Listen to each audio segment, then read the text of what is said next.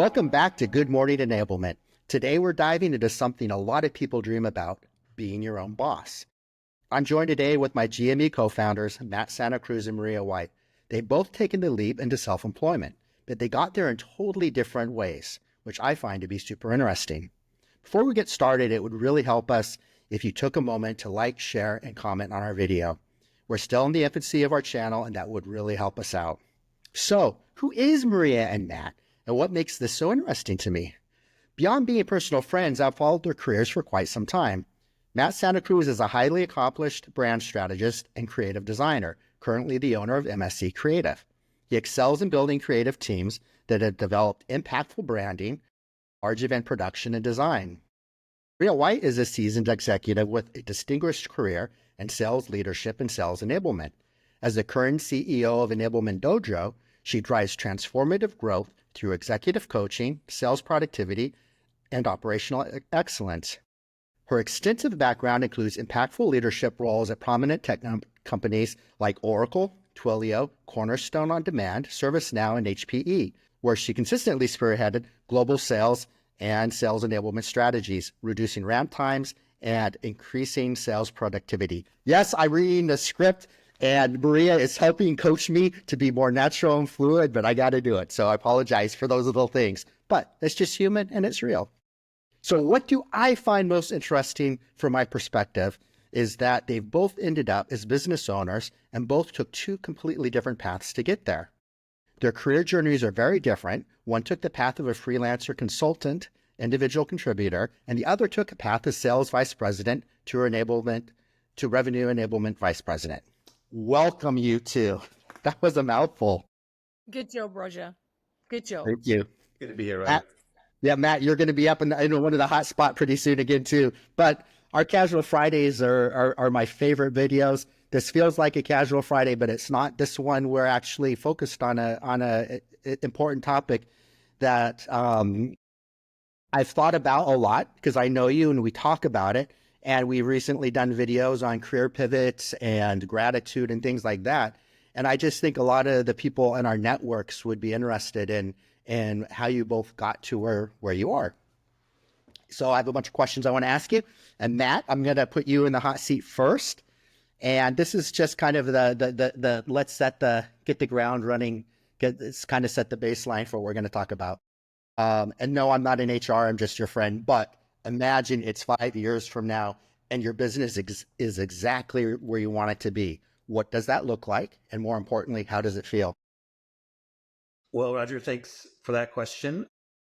I've been thinking about this, how to build my business and what I want in 1 year, 3 years, 5 years. So 5 years from now, I would want to have several clients, or smaller number of clients, but within the Fortune 500. So I could use my skills to help them solve the problem. So a lot of it would be preparing branding for them internally or externally, working on events and establishing sort of a look and feel, but solving their problems as it comes to branding and their graphic services, interior and exterior from their business. And it would feel like getting up in the morning and being really excited to work for them, having a partnership, not just I'm a vendor, but a partnership, and allowing my creative experience to enhance what their business problems are and making those a little less of a problem. And just what we would say. Yeah, I mean, I think that's great goals, and knowing you and working with you and being on teams with you, it's like, I think you're going to flourish more here because when you have your 9-to-5 job, the challenges are just kind of different and you just kind of all start to get siloed. And I think you're going to be able to really go out there and make more of an impact, because you will be an expert versus just somebody on the team. So I do hope that you get those goals. Now, when you decided to take this path, you must have had some apprehension or some fears. What was the biggest fear you had to overcome before you made the decision? Well, sure. Yes. not wanting to go out and hustle for a paycheck every week, every month. That was a big decision. When you have a job with an employer, you have sort of that consistency of paycheck. So taking the leap of faith, knowing that I can get those jobs and hustle for them and establish those relationships with those clients. So that was a big worry at the beginning, but I just did it, and I have a good amount of clients that rely on me to provide the graphic services, and it's worked out really well. So financially speaking, that was one of the biggest worries. But as the months and years go by, that sort of fades. Just knowing that I don't have to worry about the paycheck every month, every week, every couple of weeks. But that was definitely a big Yeah, I worry. think anyone making this decision, that's going to be the biggest fear. And at least you do good work and you have a good reputation, and your network's just going to grow. So I'm glad to hear that you got your client list growing. Maria, your turn for the hot seat. Hi, Roger. What does success mean to you personally, and how do you plan to measure it in your business? Success means a lot of things to different people. To me in particular, it's not about necessarily, it's part of it, but it isn't just about, oh, I've got this my own business and there's like X dollars coming in through it. That's an after, that's the outcome of the work you put in. Success to me means the legacy that I'm going to leave behind without a shadow of a doubt. Part of doing this, the transition for me was wanting to, number one, be able to deliver the service that I've done in large organizations to a lot of different Fortune 500 companies, as opposed to just being constrained to one because I'm employed in there. And I'm very grateful to all the companies I've worked for. I've had a fantastic experience. But that's number one. Number two is, I want to give back, the successes that I've had. I want to pay it forward. So there are two things that Enablement Dojo, which is the company that I'm doing moving forward, and it's all up there on the website. Number one is every year, based on my success, we'll determine the number of scholarships, either full or part scholarships, that we're going to give out. And so there's one available for 2025 for them to train in 2026, and that's up there for people to apply now. And number two is, it's been close to my heart for many years, not just overnight. Same with the business. That wasn't something that just I woke up one day and went, oh, I'm going to do this. I've been thinking about this for probably like 10 years. I had a small business in Europe, which was called Develop IT. So that's where the entrepreneurial spirit started. So now here in the States, I wanted to try and, create this new adventure. But the most important measure of success for me is in 5 years' time, you asked it to Matt, is not only to have a thriving business for Enablement Dojo helping other organizations, but to be able to put out as many scholarships a year I can, and to create the My Dojo, which is going to be it'll be funded, through multiple organizations, but it's going to be a fully free online university that will give degree certifications to financially challenged individuals. So instead of paying, 25 to 100K for an MBA, when that's not accessible to those individuals, this will be free, obviously through a qualification process. But that's what success will look like to me when that's there and it's up and running and it's being sustained. That's really beautiful. My next question, which I don't think I'm going to ask you because you just answered it, was how does the venture align with your core values as a person? And I really see that I think most of what you're doing is driven by your values and the person you want to be versus, the size of the team or the size of the revenue. It's really just about making a positive impact on the planet. 100%. Matt, I want to ask you, what's the one thing you're hoping to gain from being your own boss that you couldn't achieve in a traditional job? I think all the things Maria just said is not something that a traditional job is going to create. What do you visualize doing? Well, what I like about being my own boss is that I could work with a lot of different people that I may not have access to in a traditional job.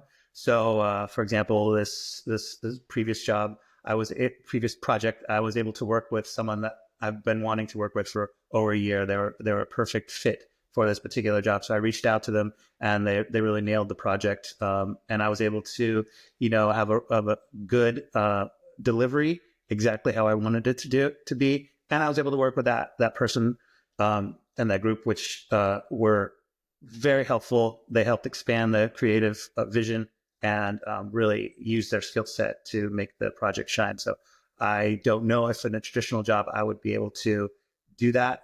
It's a possibility, but sometimes budgets and the internal teams may have to rely on those a little bit more. But being your own boss, I could reach out to this person for this person for this, very specialized pieces that will add and enhance those particular projects. Yeah, absolutely. My next question just dovetails right into that, and it's sort of around work-life balance. When you go get the corporate job, there's always talk about, oh, we have the best work-life balance, and both of us have little kids at home, and I myself enjoy having more time to spend with her and help her with her school. And I know you are exactly the same. But for the people trying to be their own boss, how do you plan to balance your personal life with the demands of running your own business? Well, that could be difficult at times. It's a huge benefit. I get to spend a lot more time with my daughter that I probably wouldn't have if I had a 9 to 5, 40-hour week job. I can be flexible and work in the evenings if I needed to catch up on things, but I made myself available during the days, for example, to chaperone some field trips that might come up. But it's just, I have more of a control of my calendar. I could not necessarily say yes to every single meeting that comes across my email. So that is a huge benefit for my personal life that I may not necessarily get with a traditional job. Awesome. Awesome. Maria, I have one more question for you, and that'll be our wrap up. But you are a fabulous coach, and you have fabulous advice, and you've been helpful to everyone, Matt and myself, and then our extended team that's out there in the world. So I think you'll have a great answer for this. When you encounter significant obstacles, what internal resources or strengths do you rely on to persevere?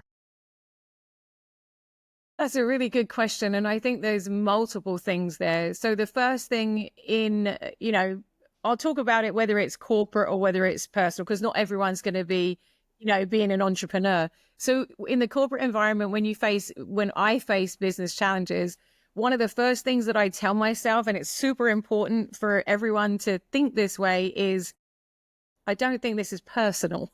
Because sometimes challenges can come in the form of co-workers, situations that are presented to you. Maybe you're not prepared for it. Maybe it's left field. And a lot of people go to that place that they say, oh, they've got it in for me. This is, they're doing this to me and it's harmful. If I get a challenge like that, the first thing I do is I try to analyze, what is it? What is the intention of this new request or this thing that's in front of me when it's a person-based challenge? And I always default to, this isn't personal, it's just business. Think about it professionally and move on, and still treat everyone with respect and courtesy, regardless of what's showing up for you. That's on if it's a personal thing not personal, but if it's something that comes in through a human being like that. But if you're on a project, and this is fantastic, and I can't even remember who told it to me, but it's really amazing how it resets your brain, is there are 3 things you can do when you're at a challenge or a blocker within a piece of work that you're doing. Matt, it could be ideation for you when you're doing and someone's new branding. Roger, for you, if you're working on content development, it could be, I don't know how to make this tool do what I want it to do. And we all get there, we all have these. With me, sometimes it's executive presentations or whatever, and you're like, I need to reduce it to 7 slides instead of 25. And how do I make it still tell the story, the narrative? So one of the things that I do, and I'm not sure that people can do it, but I do it, is I stop. I literally stop. When I get to the point where nothing's moving forward, I stop. And there are 3 things that I do which really help me. I choose which frame of mind I want. Number 1 is I take my beautiful Rottweiler for a walk, because going out and just the sheer moving your body changes your physiology. And when you change your physiology, you change your mindset. 9 out of 10 times when I'm walking, I'm processing what I was going through, come back, it's easy. The second one, especially under high intense pressure, like a sales kickoff where you don't sleep and stuff's just flying at you. In those situations, I literally go into a restroom or the nearest thing, the nearest private space to me, and I will sit there and get into a very peaceful meditative state for about 10 to 15 minutes. And again, it changes your physiology. And, just to put it in the infamous words of Tony Robbins, who I always feel is like my personal coach, because I do so much like listening to him right now, is, if you can get into the emotional state that you've been in before when you were being successful at a project, that's what's going to show up for you. But if you get in the state of, I'm frustrated, it's not going anywhere, this is terrible, that's what you're going to get. You're going to get the outcome of the physiology, right, emotional state that you're in. So right. I hope that's helpful, but it really has helped me throughout all of my life, including what restaurant to go to with my husband when I'm frustrated. I have to get into that peaceful state. Sure. I'm glad that you didn't say you go into the car, roll up the windows, turn up the radio and scream. Because I've heard people tell me that they do that. No, I'm not. I haven't practiced that. Not at all. Yeah. Anyways, this has been fabulous, and it's great to hear your stories, and I hope all of you out in our viewership have enjoyed this. And as we said in the beginning, please like, subscribe, and comment. If you have any questions for any of the three of us, if you have any questions about anything that Matt or Maria said, please ask us in the comments, and we'll get back to you. If you have any ideas for future topics, or if you want to come on the show and talk about something, let us know, and we'll open you with welcome arms. This is just a fun platform. Do either of you have anything you'd like to add before we go? Well done, Roger. I thought you did a phenomenal job. And even though at the beginning for a moment you read the script, you owned it, and you plowed through. And I thought that was fantastic. So well done. Yeah. Well, for all of you out there, just starting podcasts, it's like you start off hard and it gets easier and easier. It's just muscle memory you need to develop. So if you want to do something like this, just do it. And you can reach out to Matt to help you with the branding and your logo and all of that stuff. And if you're going to be raising some venture capital, Maria can give you some advice there. And anyways, thanks everybody, and everyone out there, go have a great day. Well, Matt, did you have anything? Being your own boss is very freeing. It's a risk, but if you have been thinking about it for years, I know a lot of times it pops up in people's minds. Give it a try, even on a smaller scale. Just give it a try. If you see yourself in 5-10 years doing something that is not what you're doing right now, do it, because time is ticking, and it's worth the risk. Beautiful. Like and subscribe, everybody. Thanks.